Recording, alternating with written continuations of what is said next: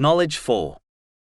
In a narration found in Sunan ibn Majah, number 253, the Holy Prophet Muhammad, peace and blessings be upon him, warned that the one who obtains religious knowledge in order to show off to scholars, argue with others, or attract attention to themselves will go to hell. Even though the foundation of all good in both worldly and religious matters is knowledge, Muslims must understand that knowledge will only benefit them when they firstly correct their intention. Meaning, they strive to obtain and act on knowledge in order to please Allah, the Exalted.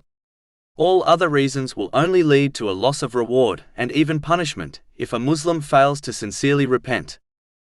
In reality, knowledge is like rainwater which falls on different types of trees.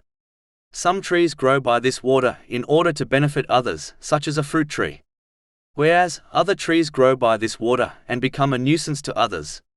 Even though the rainwater is the same in both cases, yet the outcomes are very different.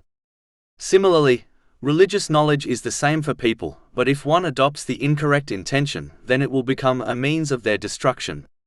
Conversely, if one adopts the correct intention, it will become a means of their salvation. Muslims should therefore correct their intention in all matters, as they will be judged on this. This is confirmed in a narration found in Sahih Bukhari, number 1. And they should remember that one of the first people to enter hell will be a scholar who only obtained knowledge in order to show off to others. This has been warned in a narration found in Sahih Muslim, number 4923.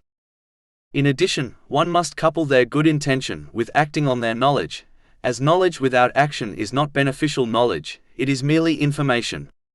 Failing to act on one's knowledge is like a doctor who fails to implement their knowledge of medicine to treat people. The same way they do not benefit themselves or others, neither does a Muslim who possesses Islamic knowledge and fails to implement it. In fact, this person has been compared to a donkey that carries books of knowledge. Chapter 62 Al-Jumu'ah, verse 5. And then did not take it on, did not act on their knowledge, is like that of a donkey who carries volumes of books. In addition, whoever conceals knowledge without a valid reason will be bridled with fire on Judgment Day. This is confirmed in a narration found in Jami' at-Tirmidhi, number 2649. Therefore, Muslims must share the useful knowledge they gain with others. It is simply foolish not to, as this is one of the righteous deeds which will benefit a Muslim even after they die.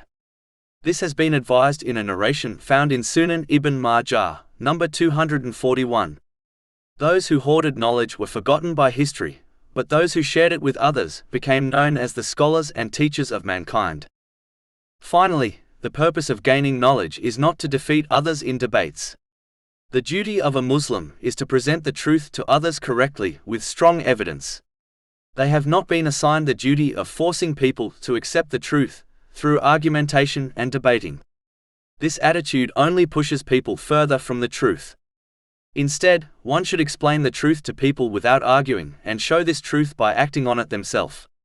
This is how the righteous predecessors behaved, and this method is much more effective in bringing others towards the truth.